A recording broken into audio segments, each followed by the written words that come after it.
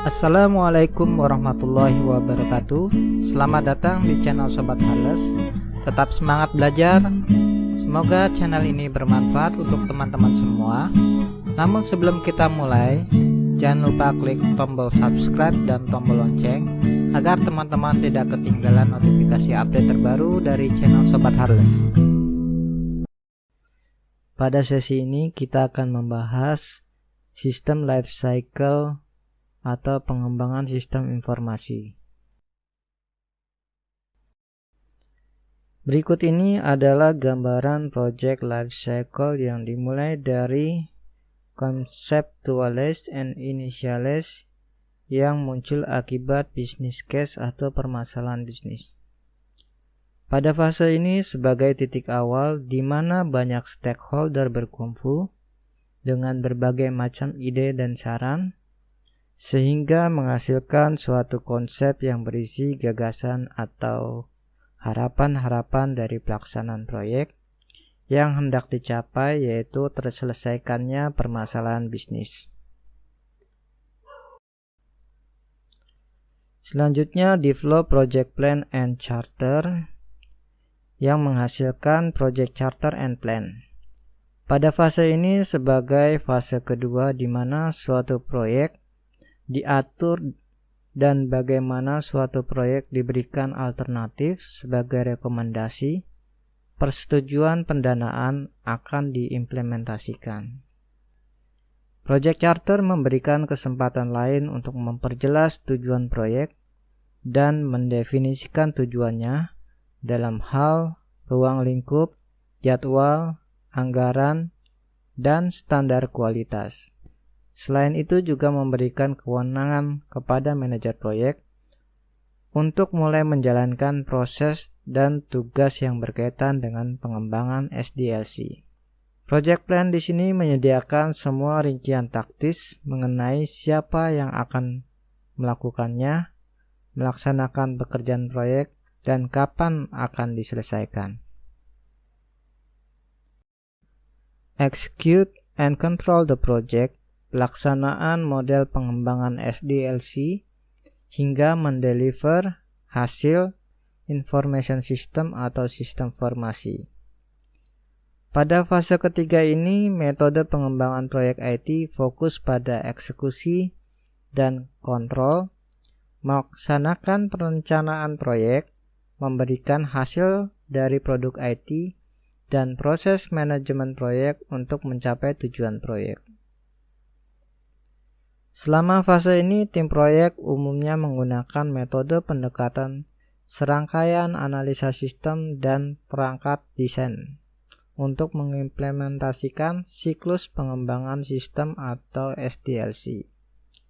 Sebagai tambahan, pada fase ini, project manager memastikan beberapa poin-poin yang terdapat di lingkungan dan infrastruktur, diantaranya yaitu akuisisi SDM berdasarkan keterampilan, pengalaman, dan pengetahuan, teknis pengembangan infrastruktur, perangkat dan teknis pengembangan sistem formasi, lingkungan yang mendukung kerja, ruang lingkup, jadwal, anggaran, dan mengontrol kualitas, merinci risiko secara detail, merencanakan pengadaan vendor dan supplier, manajemen perencanaan kualitas, manajemen perubahan perencanaan, merencanakan perencanaan komunikasi, rencana pengetesan, perencanaan implementasi, evaluasi SDM dan penghargaan. Dari proses keempat komponen SDLC ini menghasilkan informasi yang akan disampaikan kepada para stakeholder. Close project menghasilkan final project report and presentation. Pada fase ini, setelah produk sistem informasi dikembangkan, dites, dan diinstal, secara formal tim proyek menyerahkan laporan dan kontrol kepada sponsor, stakeholder, atau pengguna akhir. Beberapa fase turunan dari close project diantaranya semua akun proyek, semua dokumen, file, pencapaian dari proyek, dan menyerahkan semua sumber daya yang digunakan saat proyek berlangsung kepada end user atau stakeholder sebagai fase di mana serah terima suatu produk atau layanan jasa. Selanjutnya, evaluate project success mengacu kepada project evaluation and lesson learned. Pada fase ini, project manager melakukan evaluasi dari setiap pencapaian dan performa tim proyek dari sisi ruang lingkup, jadwal, anggaran, dan kualitas yang menjadi tujuan. Tanggapan stakeholder terhadap produk yang telah diselesaikan menjadi salah satu faktor penilaian. Tanggapan bagaimana menghandle resiko dan menghadapi tantangan, serta mengevaluasi proyek atau nilai proyek, benefit yang didapatkan dari proyek yang sudah dilakukan kepada bisnis atau organisasi. Selanjutnya, penjelasan SDLC dalam PLC. Pada dasarnya, proyek bersifat unik. Apabila proyek mengalami siklus hidup proyek, PLC berarti proyek yang sedang berjalan mengalami perubahan pada kegiatannya. Hal ini disebabkan karena ada tahap monitoring and controlling project. Sedangkan SDLC atau siklus pengembangan sistem merupakan kegiatan pembentukan atau pengembangan software sistem informasi yang dalam tahapannya juga mengalami siklus pengembangan pada bagian-bagian tertentu. Hal ini disebabkan karena ada pengujian sistem agar software yang dibangun atau yang dikembangkan betul-betul merupakan hasil yang terbaik. Pada tahap pelaksanaan atau executing project, disinilah proses SDLC dilakukan. SDLC dibangun mengacu kepada dua dokumen, yaitu Project Charter dan Project Management Plan. System Development Life Cycle atau SDLC, sering disebut juga siklus pengembangan sistem, dalam rekayasa sistem dan rekayasa perangkat lunak. Ini adalah proses pembuatan dan pengubahan sistem serta model dan metodologi yang digunakan untuk mengembangkan sistem-sistem tersebut. Konsep ini umumnya merujuk pada sistem komputer atau informasi. SDLC juga merupakan pola yang diambil untuk mengembangkan sistem perangkat lunak yang terdiri dari tahapan-tahapan rencana atau planning, analisis, design, implementation, uji coba, testing, dan pengelolaan atau maintenance. Kita masuk ke tahapan-tahapan SDLC. Tahap perencanaan. Pada tahap ini bertujuan untuk mengidentifikasi dan memprioritaskan sistem informasi apa yang akan dikembangkan, sasaran-sasaran yang ingin dicapai, jangka waktu pelaksanaan, serta mempertimbangkan dana yang tersedia dan siapa yang melaksanakan. Tahap perencanaan menjadi penting karena permasalahan didefinisikan dan diidentifikasi secara rinci. Pembangunan sistem informasi harus diarahkan pada peningkatan keunggulan kompetitif. Perubahan aliran informasi akan menjadi atau terjadi secara besar-besaran di dalam organisasi. Selanjutnya, implementasi teknologi komputer akan membawa dampak bagi tenaga kerja di dalam organisasi. Masih dalam tahap perencanaan, beberapa keuntungan dari perencanaan SI atau sistem informasi berbasis komputer adalah meningkatkan komunikasi antara manajer, pemakai, dan pembuat.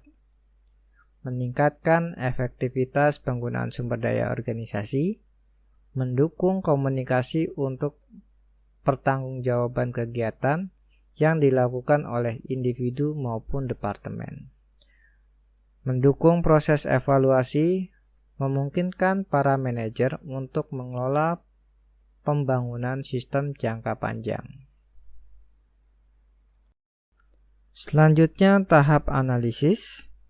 Tahap analisa sistem merupakan kegiatan penguraian dari suatu sistem informasi yang utuh ke dalam bagian komponennya dengan maksud untuk mengidentifikasi dan mengevaluasi permasalahan-permasalahan, hambatan-hambatan yang terjadi, dan kebutuhan-kebutuhan yang diharapkan sehingga dapat diusulkan perbaikannya.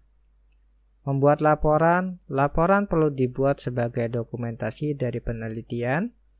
Tujuan utamanya adalah sebagai bukti secara tertulis tentang hasil analisa yang sudah dilakukan. Masih dalam tahapan analisis, pada tahap ini tim pembuat sistem akan menganalisis permasalahan lebih mendalam dengan menyusun suatu studi kelayakan. Menurut MacLeod, terdapat 6 dimensi kelayakan. Yang pertama, kelayakan teknis, yaitu analisis hardware, software, dan organisasi. Kedua, pengembalian teknis, yaitu analisis manfaat dan potensi pengembalian. 3. Pengembalian non-ekonomis, yaitu analisis manfaat dan pengembalian tidak dapat diukur secara finansial. 4. Hukum dan etika, yaitu analisis batasan hukum, etika, dan kultur. 5. Operasional, yaitu analisis penerapan atau implementasi sistem. Dan yang terakhir yaitu jadwal analisa batasan waktu penyusunan sistem. Masih dalam tahap analisis, menilai kelayakan proyek. Di sini penilaian kelayakan proyek mencakup kelayakan operasional, teknis, ekonomis. Dalam praktek yang dominan dinilai umumnya aspek ekonomisnya, yaitu dana. Kelayakan operasional menyangkut apakah secara operasional sistem yang baru dapat dilaksanakan dengan sumber daya manusia yang tersedia dan metode training yang ditawarkan, pelayanan purnajual atau pemeliharaan, serta efisiensi dan efektivitas sistem baru. Kelayakan teknis menyangkut apakah hardware atau software yang akan dikembangkan tersedia, jadwal pelaksanaan, serta sistem keamanan data.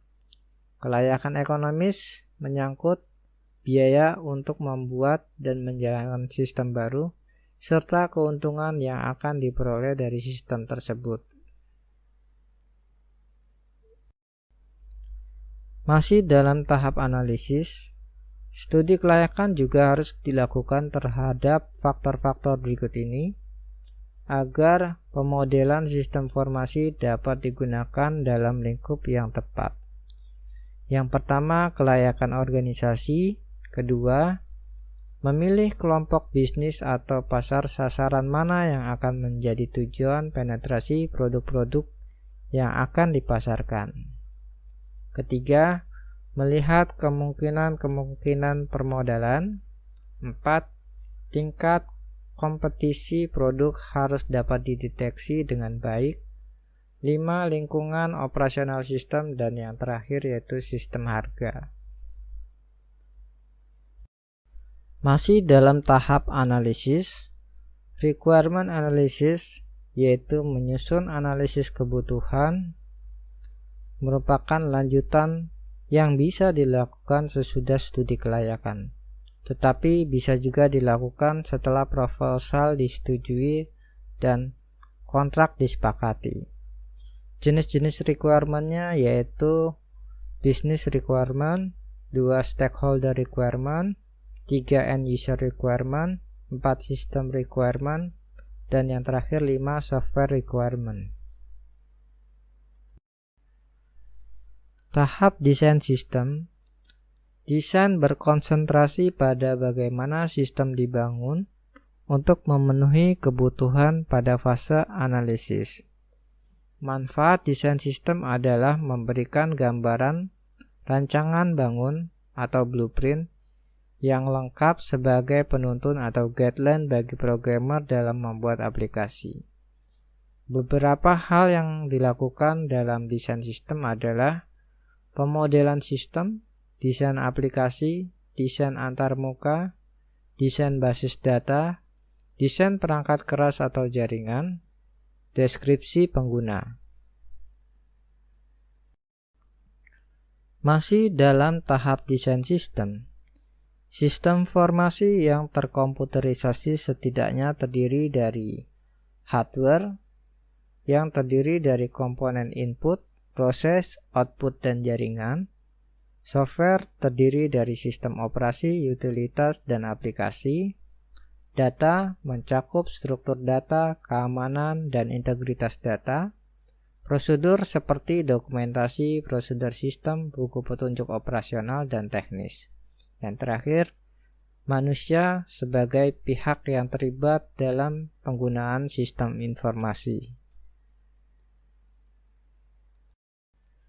Masih dalam tahap desain sistem, pembuatan sistem, aplikasi dikembangkan berdasarkan rancangan yang telah dibuat. Selain itu, buatlah juga buku panduan penggunaan aplikasi agar mudah saat melakukan training pada saat implementasi. Lakukan testing aplikasi, diantaranya testing performa logic atau syntax, testing implementasi business rule, testing faktor manusia, testing bisnis proses atau prosedur, testing efisiensi input, dan yang terakhir yaitu testing output. Tahap implementasi sistem. Sebelum implementasi, lakukanlah persiapan secara matang mengenai perangkat keras, perangkat lunak, ruang, dan fasilitas pendukung lainnya. Beberapa hal yang juga penting diperhatikan dalam implementasi sistem adalah konversi. Biasanya dilakukan konversi dari sistem lama ke sistem baru, apalagi jika sebelumnya juga menggunakan aplikasi terkomputerisasi. Pelatihan dilakukan secara menyeluruh untuk setiap pihak yang menggunakan. Jangan lupa dilakukan sosialisasi kepada pihak-pihak yang terlibat dalam sistem namun tidak menggunakan aplikasi sistem secara langsung. Testing penerimaan. Lakukan testing selama periode tertentu sebagai proses belajar. Masih dalam tahap implementasi sistem, ada 4 pendekatan dasar untuk menghentikan sistem lama dan beralih ke sistem baru. Raymond McLeod sebagai berikut. 1. Percontohan. Pemakaian sistem lama lebih dulu sebelum memutuskan beralih ke sistem baru. 2. Serentak.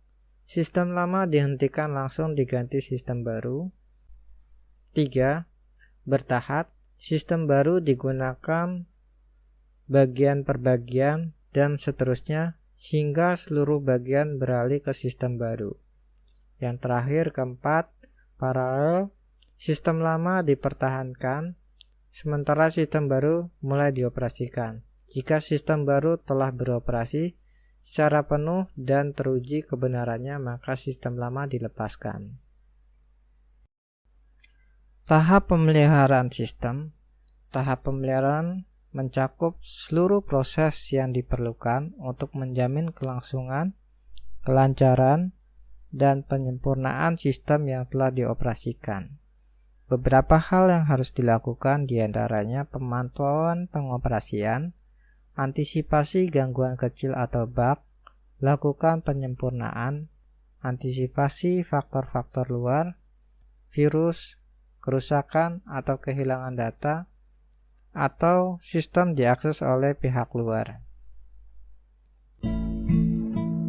Oke, selesai sudah sesi kita kali ini. Semoga bermanfaat untuk teman-teman semua. Jangan lupa klik tombol subscribe dan tombol lonceng agar teman-teman tidak ketinggalan notifikasi update terbaru dari channel Sobat Harles. Wassalamualaikum warahmatullahi wabarakatuh.